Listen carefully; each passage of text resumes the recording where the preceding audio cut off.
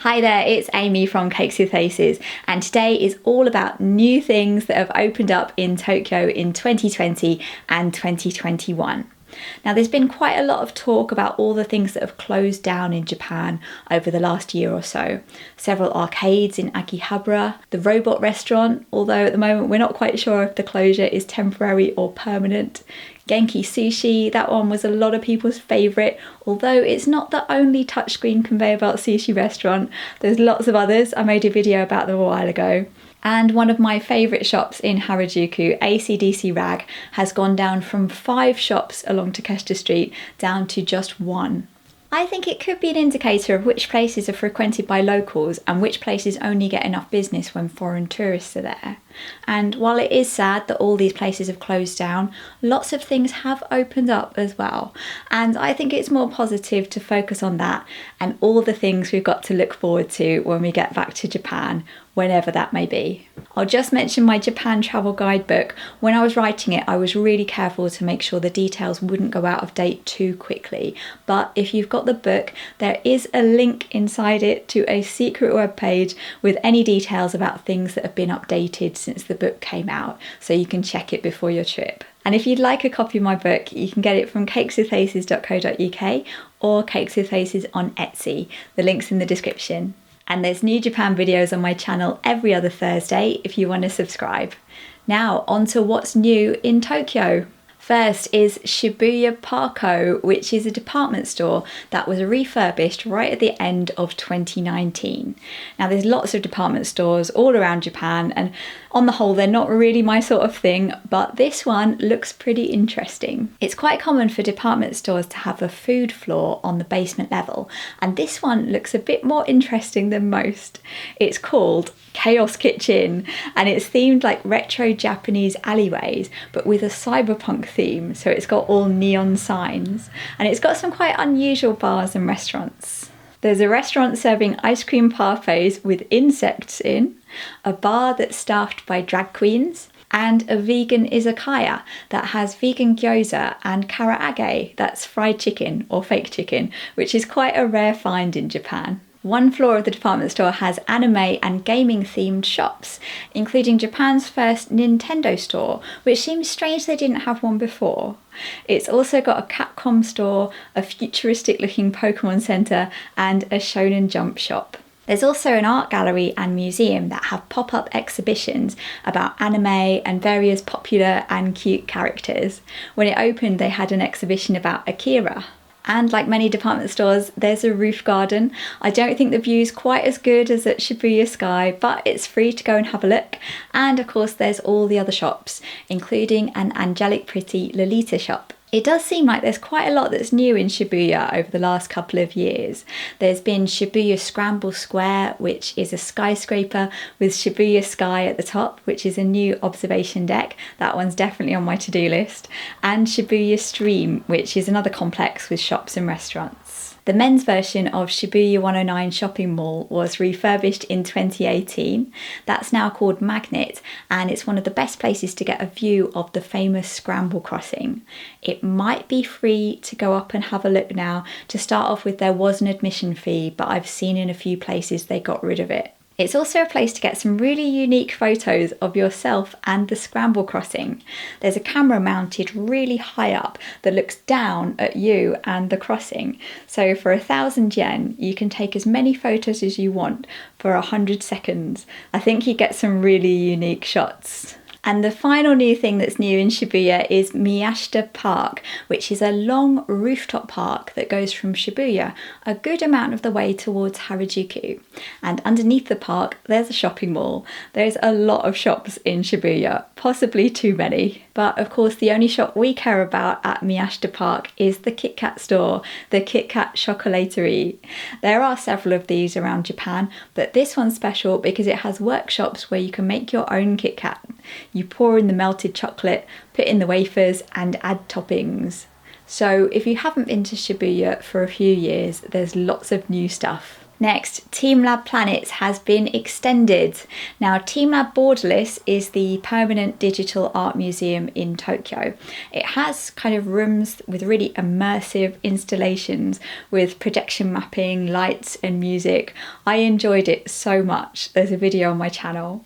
And Teamlab Planets was the temporary exhibition not too far away, also in Odaiba. At Teamlab Planets, some of the rooms are filled with water and they do projections on top of the water so you can wade through them, and some of them are interactive. It was going to be finished by now, but because of the past year, they've extended it until the end of 2022. So if you haven't been, you might still have a chance to go. Next is something I mentioned in a video a while ago, but I'm going to include it here because it's such big news.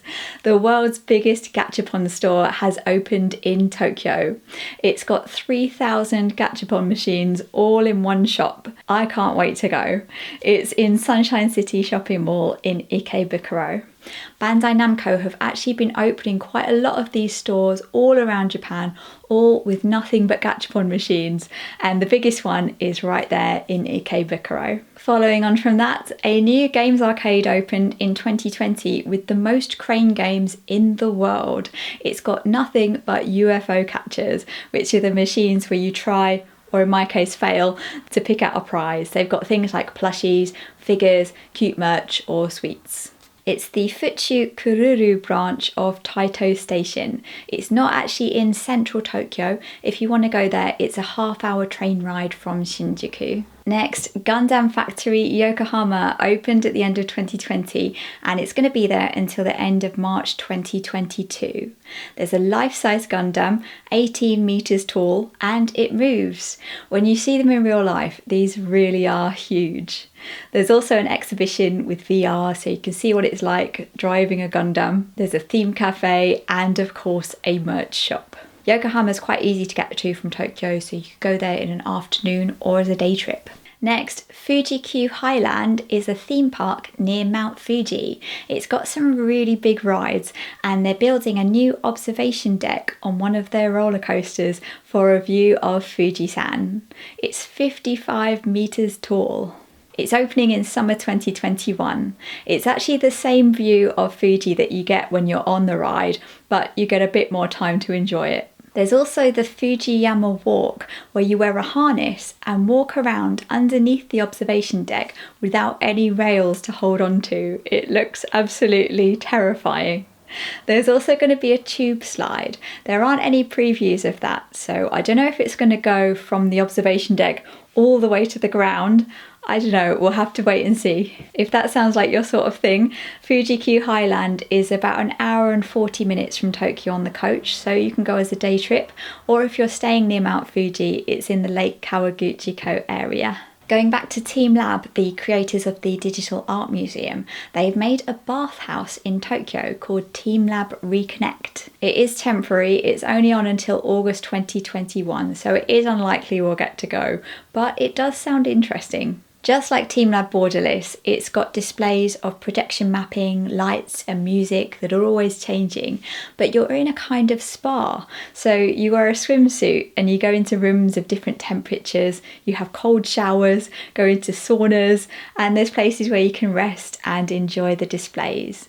It looks really immersive, but in a different sort of way. Even though we'll miss this one, Teamlab are always putting on temporary exhibitions all around Japan, so if you're going, it's worth checking their website, teamlab.art, to see what's on. Next, everyone's excited about Super Nintendo World in Osaka at Universal Studios. I'm sure you've heard about it already.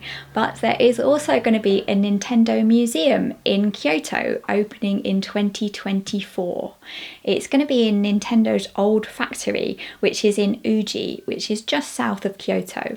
Uji is also where you can find Byodo-in, which is this really beautiful temple. There's a replica of it in Hawaii. The museum's going to have exhibitions about the history of Nintendo and all the things they've made. There's not too many details about it at the moment because it's quite early on, but it's something to look forward to for future trips. And the original headquarters of Nintendo in Kyoto are being turned into a hotel. You can still see the plaque on the outside of the building, and soon you'll be able to sleep there. I'm not sure how Nintendo themed it's going to be, probably not as much as you want. I think they're going for more of a vintage look.